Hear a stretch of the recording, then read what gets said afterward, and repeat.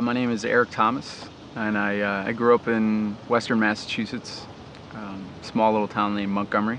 I went on active duty on, I think it was about September 5th, 2001. And a week later, of course 9/11 happened to everybody. And so that kind of changed everything. I'm Susan Thomas, and I am from Chester County, Pennsylvania. We met in 2002, in September of 2002, and that was right before the initial invasion of Iraq, which was in, I believe, March of 2003. So our relationship was fairly new when he deployed for the first time. And I had never really been as exposed to the military as I was through my relationship with Eric. As I prepared for his deployment, a lot of emotions were going through my mind. I was afraid that he wouldn't come back.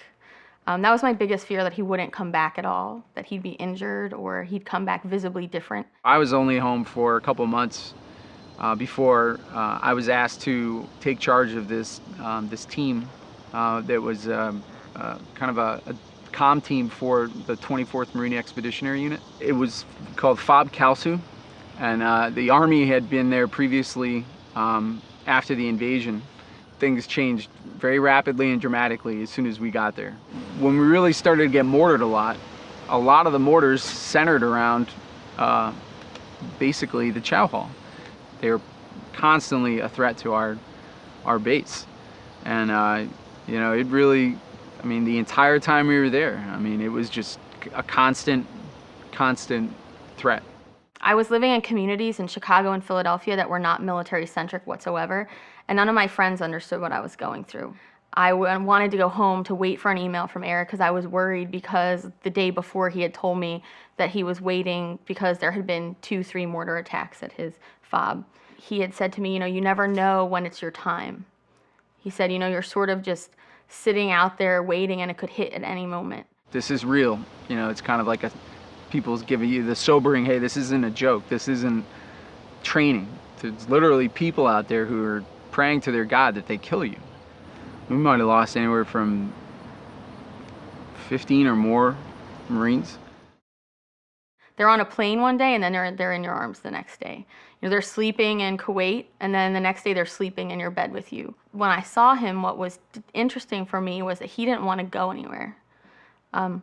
Here I brought all these great outfits, and I got my spray tan and my hair done, and we didn't go anywhere. He didn't want to leave his house, and I didn't understand that. I don't think anybody who goes into combat could ever honestly say that they're not different when they come home. You're never going to be that same person ever again. Now, you don't like people coming up to you and slapping you on the back. Hey, how are you? Loud noises. I can remember somebody dropped a huge box off the back of a truck, and I about jumped out of my shoes. I never saw his behavior as strange. I just thought that it was me. Not that he was completely different, but he was behaving different. So he looked the same. And I think that was what I prayed for every night when he was away, was for him to be safe. Never thinking that his safety was certainly paramount, but there were other repercussions of his time away. It's figuring out who you are again. You're not wearing the uniform anymore. You're around a lot of people who don't really understand you or where you've been. He would get frustrated with me, with friends, frustrated about little things. We'd get in little fights all the time. He was drinking probably more than he had been before. Every day he wanted a new job. Every day he didn't know who he was going to be, and every day we were moving to a new place. In his mind, oh, well, I found this place. Let's move to Oklahoma. Let's move to Kentucky. Let's move to North Carolina. And it just started to grate on me.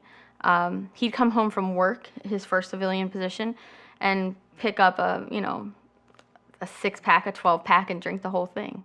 It's like a pressure cooker. You just boiling away, just building up steam and pressure. And some people, they can, pop that release valve, and they can just kind of self-medicate, so to speak, or figure it out on their own, come to grips with what they've been through. And then there's some people, I think, that just, for some reason, they just can't find, that mechanism to deal with, the trauma, the memories, the The loud noises, the smells. Every night he would check the doors and windows, make sure that they were locked, and it was interesting because I didn't know that that was something that was normal till I talked to some other spouses who said, oh, my husband does that too, and we sort of would joke about it. Oh, wow, that's, normal. But one night he actually took his revolver, which we keep, at our house for safety reasons, and thought someone was in the house. And I had to explain to him no one was there. No one was in the house. And I think that that was one of the times where Eric realized, wow, something's wrong. Pretty sure there's probably guys that I serve with that don't have PTSD. And I know there's guys that I have served with who've got severe PTSD. And the severity is personal as well. I mean, I wouldn't per se classify mine as a particularly severe case of PTSD, but it's there. It's definitely affected my life. It's affected my family life. But what happens is there's a decision that a significant other makes, and it's, do you stay or do you go? And too many people go. I mean, we have the most married military since the Civil War, and there's so many people right now who are married and they're going through the same thing. And many of them choose to leave. And I think that, in talking to Eric, the fact that I stayed is really what got him better. I needed to seek some sort of outside help. That this was not something I was going to be able to tackle on my own. It wasn't something I was just going to be able to bury and put away and deal with. And so I wanted to try to take care of this before I had kids. I wanted to take care of it, for my wife.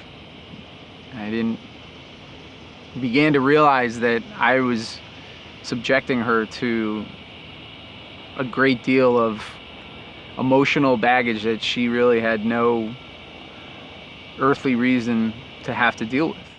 If you have each other, you can do anything. And I think that's what's been hard, because I think for a while there I didn't have him.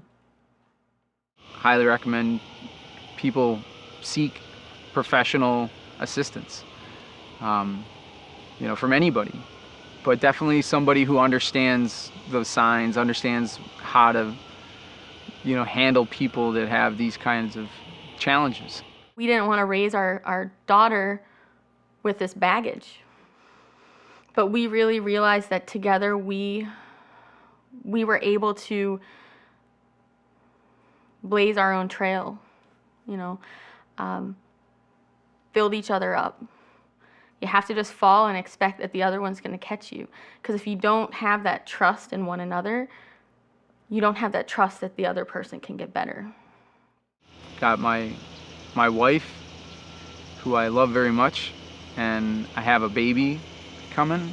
And, if I could have planned this out, I would be very happy with how things are coming together. Because I am in an entirely different place than I was a year and a half ago. If he had been a father a couple of years ago in the place where he was, I think that it would have been much more difficult for him to see the silver lining and what was next. Certainly both of us are scared. I mean, we have less than a month until my due date, so that's a little nerve-wracking. But we know we can do it together, just like we got through this.